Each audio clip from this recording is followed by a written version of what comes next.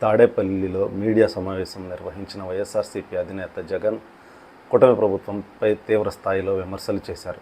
Utter flop సినిమాలకు success మీట్లు పెట్టినట్లుగానే super six flop అయిన బలవంతంగా విజయోత్సవాలు జరుపుకుంటున్నారు అని వ్యాఖ్యానించారు.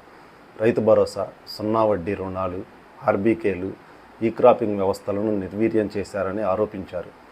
ఎరువుల సరఫరాల అవకతవకలు, 250 కోట్ల రూపాయల యూరియా స్కామ్ జరిగిందని, టీడీపీ నేతలు బ్లాక్ మార్కెట్ దందాలు నడుపుతున్నారని అన్నారు.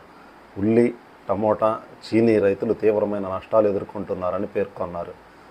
ఆరోగ్య రంగంపై మాట్లాడుతూ వైఎస్ఆర్సీపీ హయాంలో 17 మెడికల్ కాలేజీలు ప్రారంభించామని, 800 కొత్త సీట్లు తీసుకొచ్చామని చెప్పారు.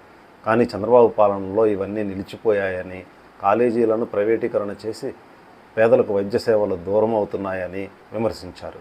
పులివెందుల మెడికల్ కాలేజీకి మంజూరైన 50 ఎంబీబీఎస్ సీట్లు కూడా చంద్రబాబు తిరస్కరించారని ఆరోపించారు. ఆరోగ్యశ్రీ పథకాన్ని నిర్వీర్యం చేసి 4,500 కోట్ల బకాయిలలో కేవలం 600 కోట్లు మాత్రమే చెల్లించారని జగన్ ఆగ్రహం వ్యక్తం చేశారు. ఫలితంగా ప్రైవేట్ ఆసుపత్రులు వైద్యం ఇవ్వడం ఆపేశాయని అన్నారు. ఎన్నికలకు ముందు చంద్రబాబు ఇచ్చిన సూపర్ సిక్స్ హామీలు తల్లికి వందనం, ఉచిత బస్సు, నిరుద్యోగ భృతి, ఆడబిడ్డ నిధి, ఉచిత సిలిండర్లు ఒకటి కూడా అమలు కాలేదని అన్నారు.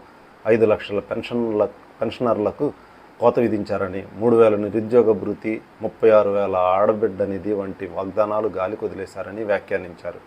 ఇసుక, లిక్కర్, అమరావతి పేరిట మాఫియా దందాలు నడుస్తున్నాయని, రాష్ట్ర ఆదాయం తగ్గుతుండగా చంద్రబాబు, ఆయన అనుచరుల సంపద మాత్రం పెరుగుతోందని ఆరోపించారు. ప్రజల కష్టాలను పట్టించుకోకుండా రోమన్ చక్రవర్తి నీరోలో ఫిడోల్ వాయిస్తున్నారని తీవ్ర విమర్శలు గుప్పించారు.